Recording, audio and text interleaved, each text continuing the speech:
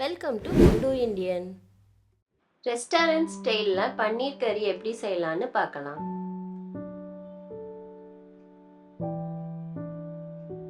Case on பண்ணிக்கோங்க. பானையை வச்சுக்கோங்க. நான் பானையில் செய்கிறேன், நீங்கள் எந்த பாத்திரத்தில் வேணாலும் செஞ்சுக்கோங்க. 2 டீஸ்பூன் நெய் விட்டுக்கோங்க. நெய் வேண்டாம்னா ஆயில் விட்டுக்கோங்க.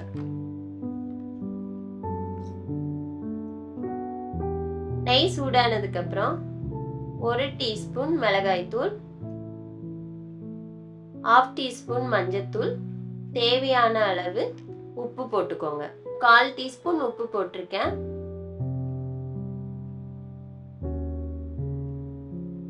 நல்லா மிக்ஸ் பண்ணி விடுங்க.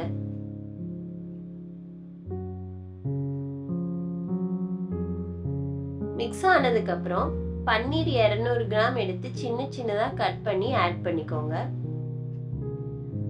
இப்போ இந்த பன்னீரை 2 சைடு திருப்பி விட்டு லோ ஃப்ளேம்ல ஒரு 2 நிமிஷம் வேக வைங்க. கொஞ்சம் கெட்டியான பாத்திரம் யூஸ் பண்ணினீங்கன்னா தான் அடி பிடிக்காம பன்னீர் வரும். 2 மினிட்ஸ் வேக வைங்க. ரொம்ப நேரம் வேக வச்சீங்கன்னா ரப்பர் ஆயிடும். 2 மினிட்ஸ் ஆயிடுச்சு. பன்னீர்ல சில்லி பவுடர் நல்லா கோட் ஆயிடுச்சு. இந்த ஸ்டேஜ்ல பன்னீரை வெளியே எடுத்து ஒரு பவுல்ல மாத்திக்கலாம். பன்னீரை ரொம்ப நேரம் வேக வச்சா ஹார்ட் ஆயிடும்.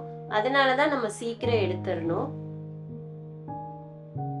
இந்த மாதிரி ஃப்ரை பண்ணி எடுத்து பன்னீரை செய்யும் போது நல்லா சாஃப்டா இருக்கும்.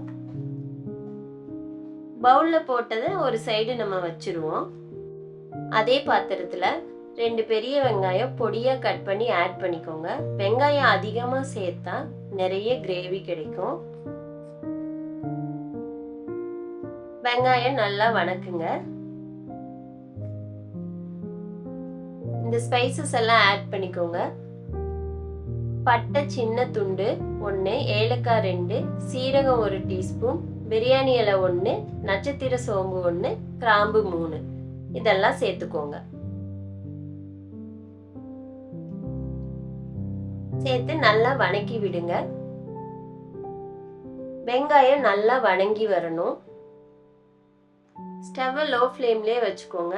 இதுல கொஞ்சம் உப்பு ஆட் பண்ணி வதக்குனீங்கன்னா தான் சீக்கிரம் வணங்கிடும். நல்லா ஃப்ரை பண்ணுங்க.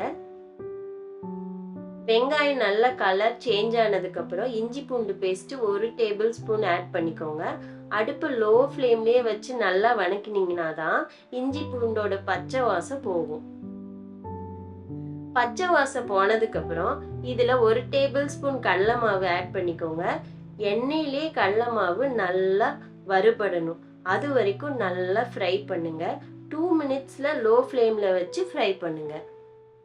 லோ ஃப்ளேம்லயே வச்சு ஃப்ரை பண்ணாதான் கருகாம இருக்கும், இல்லைன்னா கருகிடும். கடலை மாவு எதுக்காக யூஸ் பண்றோம்னா அப்பதான் ரெஸ்டாரண்ட் ஸ்டைல் டேஸ்ட் நம்மளுக்கு கிடைக்கும். கடலை மாவு நல்லா வறுவட்டதுக்கு அப்புறம் 1 டீஸ்பூன் சில்லி பவுடர், 1/2 டீஸ்பூன் சீரகத்தூள் ஆட் பண்ணிக்கோங்க. 1 டீஸ்பூன் மல்லித்தூள், 1/2 டீஸ்பூன் கரம் மசாலா ஆட் பண்ணிக்கோங்க. நல்லா மிக்ஸ் பண்ணி விடுங்க.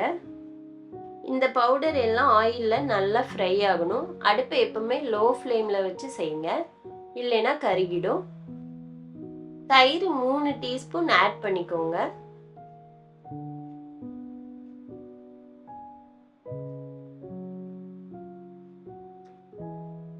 தயிர் எதனால சேர்க்கிறோம்னா நல்ல டேஸ்ட் கிடைக்கும். தக்காளி 2 பெரிய சைஸ் இந்த மாதிரி கட் பண்ணி எடுத்து மிக்ஸி ஜார்ல போட்டு அரைச்சுக்கோங்க.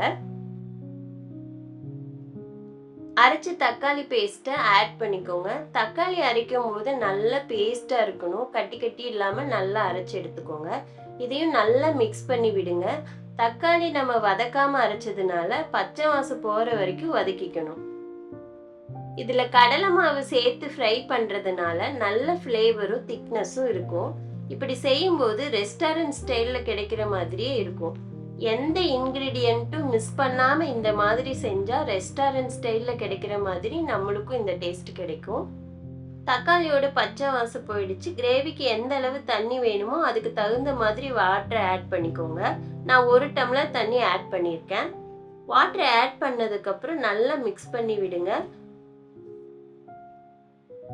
உங்களுக்கு இனிப்பு டேஸ்ட் வேணும்னா வெல்லம் இல்லைன்னா சுகர் சேர்த்துக்கோங்க. எனக்கு ஸ்வீட் டேஸ்ட் பிடிக்காததுனால நான் அதை ஆட் பண்ணல. நல்ல ரா ஸ்மெல் போனதுக்கு அப்புறம் நம்ம ஏற்கனவே ஃப்ரை பண்ணின பன்னீரை ஆட் பண்ணிக்கோங்க. நல்ல கிரேவியோட பன்னீரை கலந்து விடுங்க. கிரேவி தண்ணியா வேணும்னா நீங்க 1/4 டம்ளர் தண்ணியை இந்த ஸ்டேஜ்ல ஆட் பண்ணிக்கோங்க. நான் ஏற்கனவே சொன்ன மாதிரி பன்னீரை ரொம்ப நேரம் வேக வச்சா ரப்பர் மாதிரி ஆயிடும். அதனால 1 மினிட் வேக வைங்க. இந்த பன்னீர் கறி சப்பாத்தி, இட்லி, தோசை எல்லாத்துக்குமே சாப்பிடலாம். நல்ல டேஸ்டா இருக்கும். அவ்வளவுதான், ரெஸ்டாரண்ட் ஸ்டைல் பன்னீர் கறி ரெடி.